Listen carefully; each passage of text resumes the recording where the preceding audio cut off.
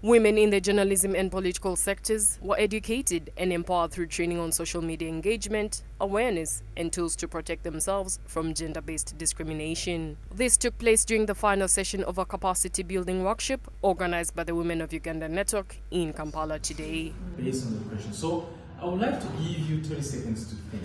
Christian Ahijo, an ICT and artificial intelligence expert, explained how individuals can easily fall victim to malicious information and cyber harassment. He shared valuable insights on how to prevent privacy data breaches and protect oneself from becoming a victim in the digital space. One of the things really is to pay attention to what is it that we put out there. So one of the things we have to do is to know what is our digital footprint.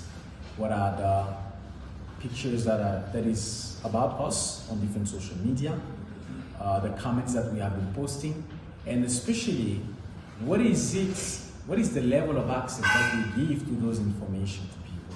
Sometimes we have pictures that are private to our life, that is on social media. However, the information is publicly available. We might want to review the permissions we give on our social media to restrict it to a certain number of people. Zamzam Namugenyi, a victim of gender-based disinformation, shared some of the negative impacts that result from disinformation, highlighting the emotional, psychological and social consequences it can have on individuals, particularly women. Nsanze obuzibu bwa topic eno ena gye tubaddeko ya disinformation ng'omu ku baami yatya nnyo olw'okuba yali andaba ng'omunafu batunyooma olw'ekikula kyaffe. Sikkiriza muntu kubeera ng'akozesa emitimbagano okufuna kyayagala okwonoona ki erinnya lyange. Serena Naguja, a female journalist, discussed some of the essential tools that journalists must use to safeguard their privacy while disseminating information, emphasizing the importance of encryption, secure communication platforms, and data protection measures to ensure both personal and professional security in the digital space. As a journalist, I find it so crucial that one, I should protect my intellectual property, the IP, because most of us work online. We need to secure our accounts. There are some tools that we should use in the session that we learned. For example, if you need to secure your work very well from being hacked, you need to apply some tools like VPN, like password manager, so that your work is encrypted and protected.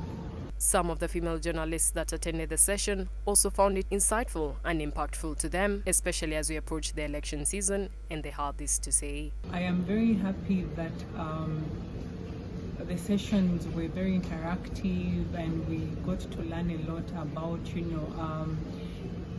the spaces online, how we should be safe as female journalists. For me, as a person, I learned how to protect myself as a female journalist. For example, if there are people, for example, who have malicious intentions and they want to hack my emails, I learned how to protect myself. There are some tools that we should use in the session that we learned. For example, if you need to secure your work very well from being hacked, you need to apply some tools like VPN, like password manager, so that your work is encrypted and protected.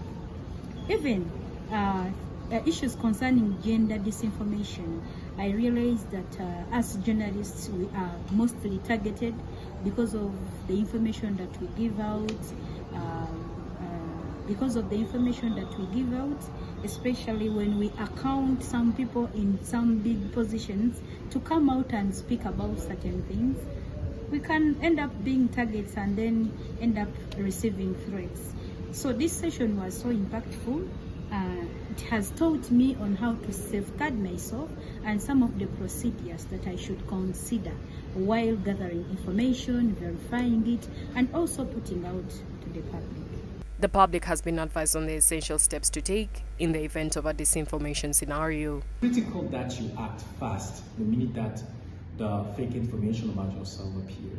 Most social media platforms, they have a way for you to report the fake information. Hope Nyongereza, Church of Uganda.